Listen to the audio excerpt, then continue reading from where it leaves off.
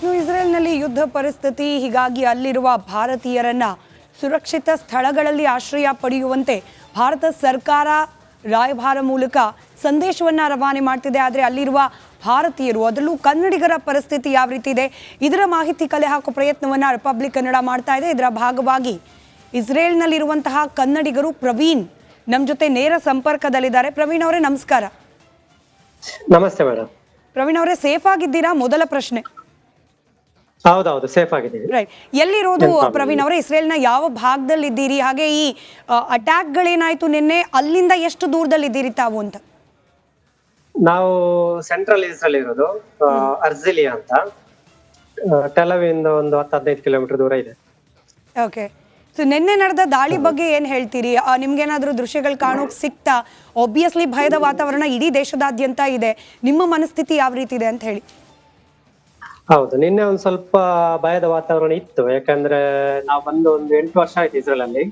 ಇಷ್ಟರವರೆಗೆ ಈ ತರದ್ದು ದಾಳಿಯಲ್ಲೂ ನಾವು ನೋಡಿರ್ಲಿಲ್ಲ. ಮತ್ತೆ ಈ ತರದ್ದು ಅಂದ್ರೆ ಅಟ್ಯಾಕ್ ನಾವು ಕಂಡಿರ್ಲಿಲ್ಲ ಇಷ್ಟು ದಿನವರೆಗೆ. ಆದ್ರೆ ನಿನ್ನೆ ನಮ್ಗೆ ಮೊಬೈಲ್ ಅಲ್ಲಿ ಆಟೋಮೆಟಿಕ್ ಆಗಿ ಅವರು ಮೊದ್ಲೇ ಮೆಸೇಜ್ ಹಾಕಿದ್ರು. ಅಂದ್ರೆ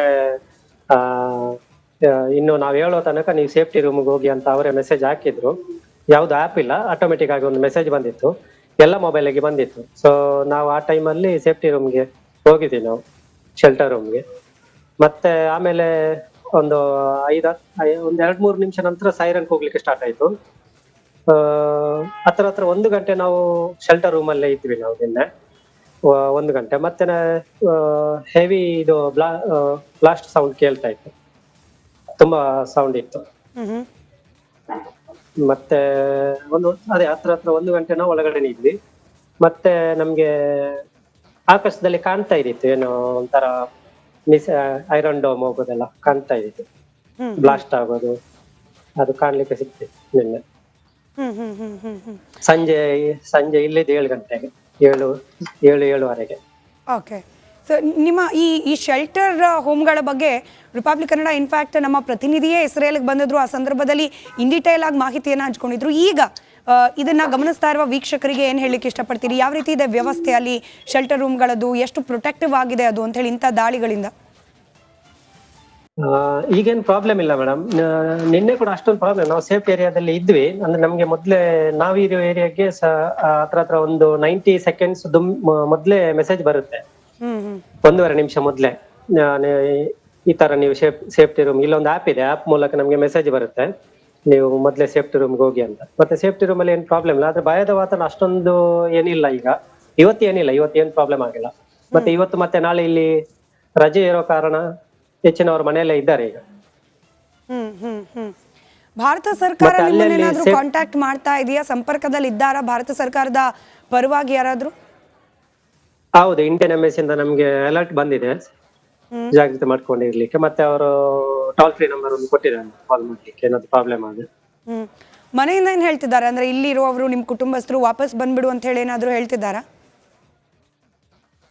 ಮನೆಯಿಂದ ನಿನ್ನೆ ಕಂಟಿನ್ಯೂ ಕಾಲ್ ಮಾಡ್ತಾ ಇದ್ರು. ಅವರಿಗೆ ಇಲ್ಲಿದ್ದು ಕಂಡೀಷನ್ ಎಲ್ಲ ಹೇಳಿದೀವಿ, ಸೇಫ್ಟಿ ರೂಮ್ ಎಲ್ಲ ಅವರಿಗೆ ಎಕ್ಸ್ಪ್ಲೈನ್ ಮಾಡಿದೀವಿ. ಹಾಗೇನು ಅಷ್ಟೊಂದು ಭಯ ಪಡ್ತಿಲ್ಲ ಇದು. ಯಾಕಂದ್ರೆ ಇದಕ್ಕಿಂತ ಮೊದಲು ಕೂಡ ಆಗಿದೆ ತುಂಬಾ ಸರ್ತಿ. ಲಾಸ್ಟ್ ಇಯರ್ ಇದೇ ಟೈಮಿಗೆ ಅಕ್ಟೋಬರ್ 7ಗೆ ಇದು ಅಟ್ಯಾಕ್ ಆಗಿತ್ತು, ದೊಡ್ಡ ಅಟ್ಯಾಕ್ ಆಗಿತ್ತು.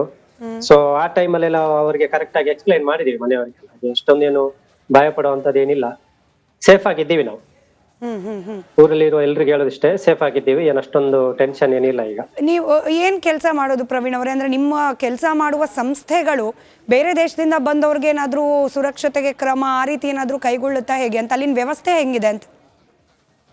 ನಾವು ಕೇರ್ ಟೇಕರ್ ಆಗಿ ನಮ್ಗೆ ಇಲ್ಲಿ ಫ್ಯಾಮಿಲಿ ನೋಡ್ಕೊಳ್ಳುತ್ತೆ ಮೇಡಮ್. ಎಲ್ಲ ಏನು ಪ್ರಾಬ್ಲಮ್ ಅಂದ್ರೂ ಅವರೇ ನೋಡ್ಕೊಳ್ತಾರೆ, ಇನ್ಶೂರೆನ್ಸ್ ಎಲ್ಲ ಅವರೆಲ್ಲ ನೋಡ್ತಾರೆ. ಪ್ರವೀಣ್ ಅವರು ವಾಪಸ್ ಬರ್ಬೇಕು ಅನ್ನೋದೇನಾದ್ರೂ ಇದೆಯಾ, ಅಥವಾ ಸುರಕ್ಷಿತವಾಗಿದೆ, ಏನ್ ತೊಂದರೆ ಇಲ್ಲ ಅನ್ನೋ ರೀತಿಯಲ್ಲಿ ಇದೆಯಾ ನಿಮ್ಗೆ? ಇಲ್ಲೇನು ಪ್ರಾಬ್ಲಮ್ ಇಲ್ಲ ಆ ತರದ್ದು. ಇಲ್ಲಿ ಸೇಫ್ಟಿ ಚೆನ್ನಾಗಿದೆ ಮೇಡಮ್. ಓಕೆ ಓಕೆ, ಸೇಫ್ಟಿ ಚೆನ್ನಾಗಿದೆ, ಮತ್ತೆ ಏನು ಪ್ರಾಬ್ಲಮ್ ಇಲ್ಲ. ರೈಟ್. ಧನ್ಯವಾದ ಪ್ರವೀಣ್ ಅವರೇ, ರಿಪಬ್ಲಿಕ್ ಕನ್ನಡದ ಜೊತೆಯಲ್ಲಿ ಇಷ್ಟೊತ್ತು ಮಾತನಾಡಿದ್ದಕ್ಕೆ. ಇದು ಇಸ್ರೇಲ್ನಲ್ಲಿರುವ ಕನ್ನಡಿಗರ ಮಾತು. ಸದ್ಯಕ್ಕೇನು ತೊಂದರೆ ಅಂತ ಹೇಳಿ ಕಾಣೋಕೆ ಸಿಗ್ತಾ ಇಲ್ಲ. ಈ ದಾಳಿಗಳಾದ ಜಾಗದಿಂದ ಸ್ವಲ್ಪ ದೂರದಲ್ಲೇ ಇದ್ವಿ. ಹಾಗೆ ಈ ಅಟ್ಯಾಕ್ಗಳಾಗೋಕೆ ಸ್ವಲ್ಪ ಮುಂಚೆನೇ ನಮಗೆ ಅಲರ್ಟ್ ಬಂದ್ಬಿಡುತ್ತೆ. ಇಲ್ಲಿರುವ ಪ್ರತಿಯೊಬ್ಬರ ಮೊಬೈಲ್ಗೂ ಕೂಡ ಅಲರ್ಟ್ ಸಂದೇಶಗಳು ಬರುತ್ತೆ. ಸೇಫ್ಟಿ ಶೆಲ್ಟರ್ಗಳಿಗೆ ಹೋಗುವಂತೆ ನಮಗೆ ಸೂಚನೆಯನ್ನು ನೀಡಲಾಗುತ್ತೆ. ಸೇಫ್ಟಿ ಶೆಲ್ಟರ್ನಲ್ಲಿದ್ದರೆ ಯಾವುದೇ ರೀತಿಯ ದಾಳಿಯಿಂದಲೂ ನಮಗೆ ಏನೂ ತಾಪತ್ರಯ ಆಗೋದಿಲ್ಲ. ಹೀಗಾಗಿ ಏನೂ ಆತಂಕ ಇಲ್ಲ.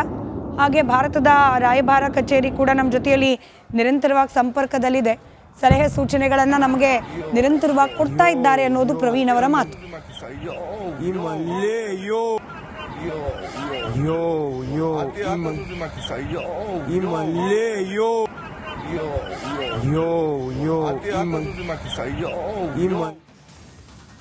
ಮತ್ತೊಂದು ಕಡೆ ಇಸ್ರೇಲ್ ಮೇಲೆ ಇರಾನ್ ರಾಕೆಟ್ ದಾಳಿಯನ್ನ ಮಾಡಿದ ಸಂದರ್ಭದಲ್ಲಿ ಅನೇಕ ಕನ್ನಡಿಗರು ಸಂಕಷ್ಟಕ್ಕೆ ಸಿಲುಕಿಕೊಂಡಿದ್ದಾರೆ. ಸಹಜವಾಗಿ ಆತಂಕದ ಪರಿಸ್ಥಿತಿ. ನೂರಾರು ಮಂದಿ ಕನ್ನಡಿಗರು ಜ್ಯೂರಿಖ್ನಿಂದ ದುಬೈಗೆ ಬರ್ತಿದ್ದ ವೇಳೆ ಕ್ಷಿಪಣಿ ದಾಳಿಯಾಗಿದೆ. ವಿಮಾನ ಹಾರಾಟದ ವೇಳೆ ಇರಾನ್ ಡೆಡ್ಲಿ ಅಟ್ಯಾಕ್ ಮಾಡಿದೆ. ಟರ್ಕಿಯಲ್ಲಿ ವಿಮಾನವನ್ನು ದಿಢೀರ್ ಭೂಸ್ಪರ್ಶ ಮಾಡಿಸಲಾಗಿದೆ. ಹೀಗಾಗಿ ಕನ್ನಡಿಗರು ಪ್ರಯಾಣಕ್ಕಾದ ತೊಂದರೆಯಿಂದಾಗಿ ತಾಪತ್ರಯ ಅನುಭವಿಸುವ ಪರಿಸ್ಥಿತಿ ಇದೆ. ವಿಮಾನದಲ್ಲೇ ಉಳಿದುಕೊಂಡಿದ್ದಾರೆ ಕನ್ನಡಿಗರು. ನಮಸ್ಕಾರ, ನಾನು ಪ್ರಸನ್ನ ಅಂತ ಹೇಳ್ಬಿಟ್ಟು ನಾವು ಬಂದು ಬ್ಯಾಂಗ್ಳೂರ್ನವರು. ಈ ನಮ್ಮದು ಒಂದು ಕಾನ್ಫರೆನ್ಸ್ ಇತ್ತು, L&T ಕಾನ್ಫರೆನ್ಸು ಸ್ವಿಟ್ಜರ್ಲ್ಯಾಂಡಲ್ಲಿ. ಜ್ಯೂರಿಕ್ಕಿಂದ ನಾವು 3:25 ಹೊರಟು. ಬಟ್ ಇರಾನ್ ಮಿಸೈಲ್ಸ್ ಅಟ್ಯಾಕಿಂದ ಫ್ಲೈಟ್ ಬಂದು ನಾವು ದುಬೈಗೆ ಬಂದು ದುಬೈಯಿಂದ ಬೆಂಗಳೂರಿಗೆ ಬರಬೇಕಾಗಿತ್ತು. ಬಟ್ ಅನ್ಫಾರ್ಚುನೇಟ್ಲಿ ಫ್ಲೈಟ್ನ ಡೈವರ್ಟ್ ಮಾಡಿ ಇಸ್ತಾಂಬುಲ್ಗೆ ಬಂದಿದೆ.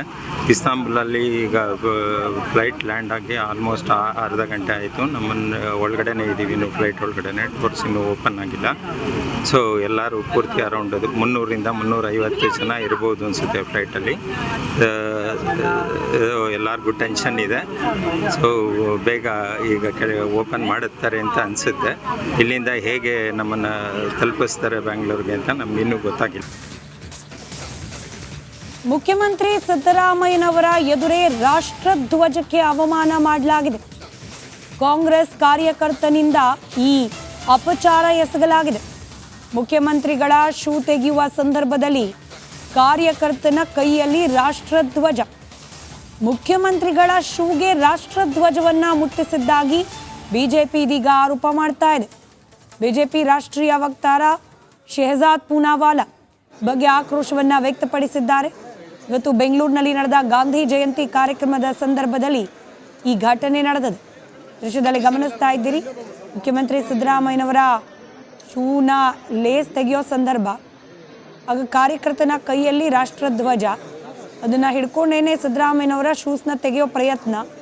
ಪಕ್ಕದಲ್ಲಿದ್ದ ಮತ್ತೋರ್ವ ಕಾರ್ಯಕರ್ತ ಅದನ್ನು ಗಮನಿಸಿ ರಾಷ್ಟ್ರಧ್ವಜವನ್ನು ಆತನ ಕೈಯಿಂದ ವಾಪಸ್ಸಿಸ್ಕೊಂಡಿದ್ದಾರೆ. ಇದನ್ನು ರಾಷ್ಟ್ರೀಯ ಬಿಜೆಪಿ ವಕ್ತಾರರು ಟೀಕಿಸಿದ್ದಾರೆ. ಸಿದ್ದರಾಮಯ್ಯನವರು ಮುಂದೆನೇ ಇಂಥ ಅಪಚಾರವಾಗ್ತಿದ್ರು ಕೂಡ